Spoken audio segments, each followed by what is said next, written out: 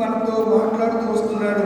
32 రోజుల నుంచి మాట్లాడాడు. ఈ దినాన్ని కూడా మనతో మాట్లాడుతూ ఉన్నాడు. మీరు పాత నిబంధన వాక్య భాగాన్ని చూసినప్పుడు దానియేలు అభిషక్తుడు అనే క్రీస్తు గురించి మాట్లాడుతున్నాడు. ఇది 70 వారాలు ముగింపులో 62వ వారములో జరిగినటువంటి సంగతులు అని నేను మీకు జ్ఞాపకం చేస్తున్నాను. ఒకసారి దానియేలు గ్రంథాన్ని తెరిచి 9వ అధ్యాయము, ఇది ప్రవచన గ్రంథం. దానియేలు, యెషయి, యిర్మీయా, యెజ్కేలు, అలాగే దానియేలు, ఇంకా జకరియా, హగ్గయి, మీకా, ఇవన్నింటినీ కూడా ప్రవచన గ్రంథాలు అంటారు. భవిష్యత్తులో జరగబోయే సంగతులు, ఫ్యూచర్లో ఏమి సంభవిస్తాయో సంగతులన్నీ కూడా ప్రవచించినటువంటి గ్రంథాలు ప్రవచన గ్రంథాలు అంటారు.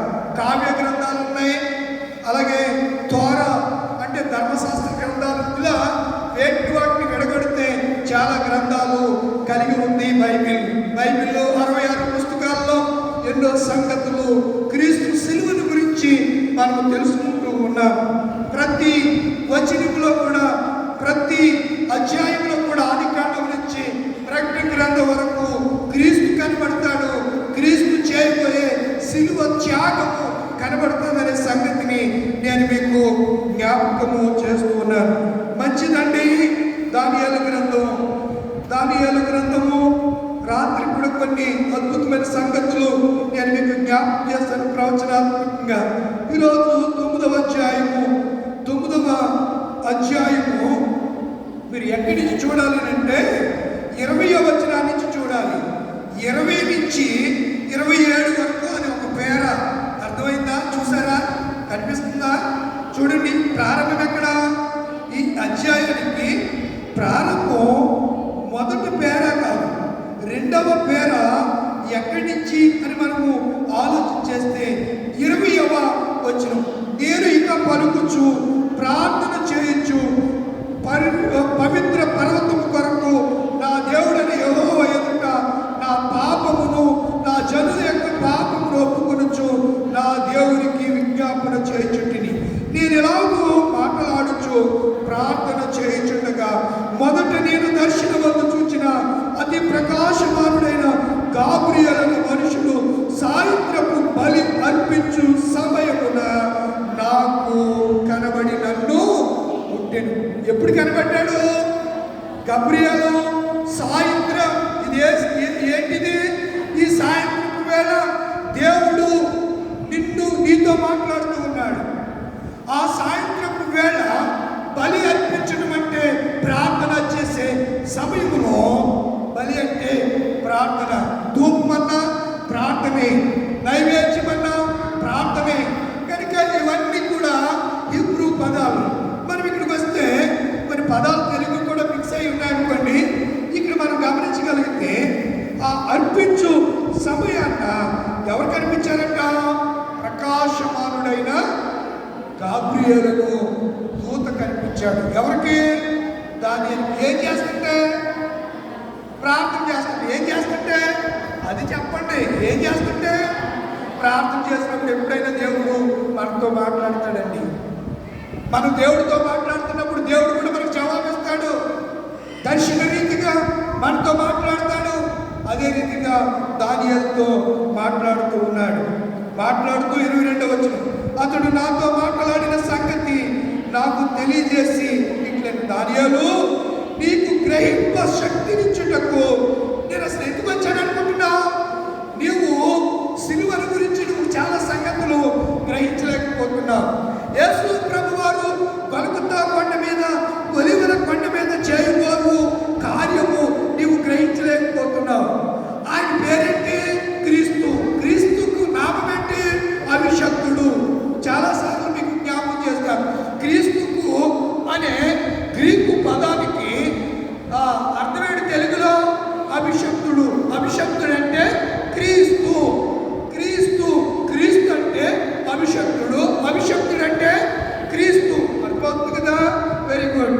ఇంక మనకి కిందకు వస్తే ఈ విషయాలన్నీ ఆయన చెబుతూ ఉన్నాడు. చెబుతూ ఈ కిందకి ఇలా వచ్చేసరికి 24 వచనానికి వచ్చేయండి. తిరుగుబాటును దేని మాట్లాడకట, తిరుగుబాటును మాట్లాడకును, పాపమును నివారణ చేయుటకును, దోషము నిమిత్తం ప్రాయత్నము చేయుటకును, యుగాంతము వరకు నుండునట్టి నీతిని బయలుపరచుటకును, దర్శనమును ప్రవచనమును ముద్రించుటకును, అతి పరిశుద్ధ స్థలమును అభిషేకించుటకును, నీ జనులకును పరిశుద్ధ పట్టణమునకును 70 వారాలు విధించబడింది. రాత్రి కూడా 70 వారాల గురించి మనం జ్ఞాపకం చేసుకున్నాం. ఈ 24లో అద్భుతమైన సంగతులు ఉన్నాయి. తిరుగుబాటును ఎవరు తిరుగుబాటు చేశారు? ఇశ్రాయేలు ప్రజలు. రెండవ పాయింట్, పాపము నివారణ అవ్వాలంటే క్రీస్తు యొక్క రక్తమే విడుదల, క్రీస్తు రక్తమే విమోచన, క్రీస్తు రక్తమే పాప క్షమాపణ. కనుక పాపము నివారణ చేయటము, దోషము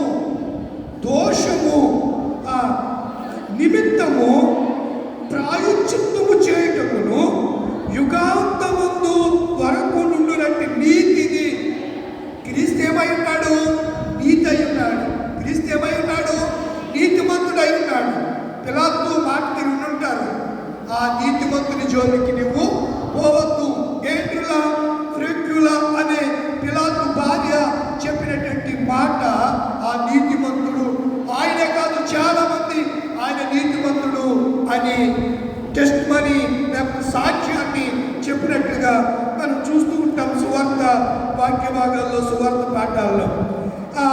అతి పరిశుద్ధ స్థలమును అభిషేకించుటకు. ఏ స్థలము? అతి పరిశుద్ధ స్థలం అంటే అది ఏది? అందులో ఏముండాలి? అందులో చెప్పండి, ఏముండాలి? కరుణాపేట ఉండాలి. ఇంకేముండాలి? చిగురించిన అహరోను కర్ర ఉండాలి. తర్వాత మన్నా పాత్ర ఉండాలి. అందులో దాన్ని ఏమంటారు? అతి పరిశుద్ధ స్థలం. ఇది పరిశుద్ధ స్థలం. అది అతి పరిశుద్ధ స్థలం, అది పరిశుద్ధ స్థలం. ఇదంతా ఆవరణ లెక్క మనందరికీ. అంటే ప్రత్యక్ష గుడారం స్ట్రక్చరే వేరు, దాని నిర్మాణమే వేరు. కనుక ఇప్పుడు ఈ సిలువ రక్తము చేతనే మనము ఎక్కడికి వెళ్ళాలి? పరిశుద్ధ స్థలంలోకి వెళ్ళాలి అంటే దేవాలయం తెర చిరగబడాలి. చిరిగిందా లేదా? దేవాలయం తెర చీల్చబడింది, రెండుగా విభజించబడింది. మన చర్చిలో అంటే లేదు, కానీ చాలా చర్చిల్లో ఇక్కడి నుంచి ఇక్కడ దాకా క్లాత్ ఉంటుంది, మధ్యన మన కట్టిన్ లాగా ఉంటుంది. అప్పుడు ఈ కట్టిన్ని అలాగా, అది దానికి సాదృశ్యంగా చాలా మందిరాల్లో ఇప్పటికి కూడా ఉంటాయి. యేసు ప్రభువు ఎప్పుడైతే పరిశుద్ధ స్థలములో మనకి వెళ్ళిన శిలువ మరణం ద్వారా పరిశుద్ధ స్థలాన్ని ఆయన ఏం చేశాడు? పరిశుద్ధపరిచాడు. ఈ విషయాలన్నీ దేవుడు ఎవరికి బయలుపరుస్తున్నాడు? అయితే అతను గ్రహించలేదట. అందుచేత ఎవరొచ్చారు గ్రహించడానికి? ఇప్పుడు ఈ పరిశుద్ధ గ్రంథాన్ని వ్రాయించింది పరిశుద్ధాత్ముడు. మనకి అర్థం అవ్వట్లేదనుకో, అప్పుడు మనం ఏం చేయాలి? పరిశుద్ధాత్ముడా నాకు అర్థం కావట్లేదని ప్రార్థన చేస్తే పరిశుద్ధాత్ముడు నీలోనికి వచ్చి నిన్ను సత్యంలోనికి నడిపిస్తాడు. నువ్వు అడగకపోతే రాడు. నువ్వు అడగాలి. నీకు అర్థం కానప్పుడు ఏం చేయాలి? భక్తులైన వారందరూ కూడా వారికి తెలియనటువంటి సంగతులు మోకరించి, దానియాలు మహాభక్తుడండి, మామూలు భక్తుడు కాడు. సింహపు నోళ్లను మూసినటువంటి శక్తి కలిగిన ప్రార్థన చేసినటువంటి దానియేలు చాలా గొప్ప ప్రార్థనాపరుడు. అలాంటి ప్రార్థనాపరుడికి కొన్ని సంగతులు అర్థం కాలేదు. అప్పుడు ఎవరు వచ్చారట? గబ్రియేలు వచ్చే సంగతులన్నీ చెప్పడం. 25వ వచనానికి వచ్చేస్తే, యెరూషలేమును మరలా కట్టించవచ్చునని ఆజ్ఞ బయలుదేరు సమయము మొదలుకొని అభిషక్తుడు కింద హీబ్రూ భాషలో అభిషక్తుడన్నీ ఇందులో హీబ్రూ, పాత నిబంధన అంతా హీబ్రూ భాష, కొత్త నిబంధన అంతా గ్రీకు భాష. అర్థమవుతుంది కదా? కింద ఏమనుంది? మెస్సయ్య. మెస్సయ్యని ఎవరు ఆయనే మెస్సయ్య, రక్షకుడు. కనుక అభిషక్తుడు అధిపతి వచ్చే వరకు 7 వారములు పట్టునని స్పష్టముగా గ్రహించము అని చెబుతూ 62 వారములు తొందరగల సమయములందు పట్టణము రాజవీధులను కందకములను మరలా కట్టబడును. ఏం చేయబడును? కట్టబడ్డాయి.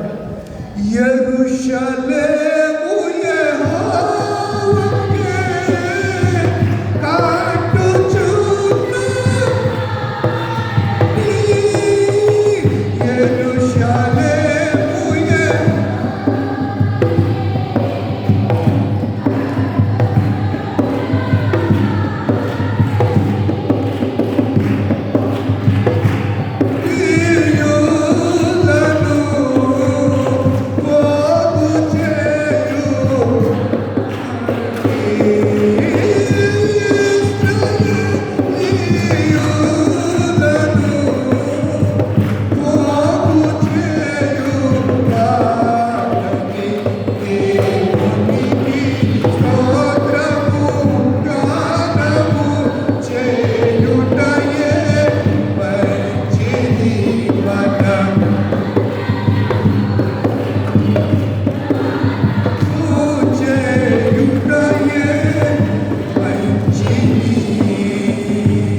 యెరూషలేము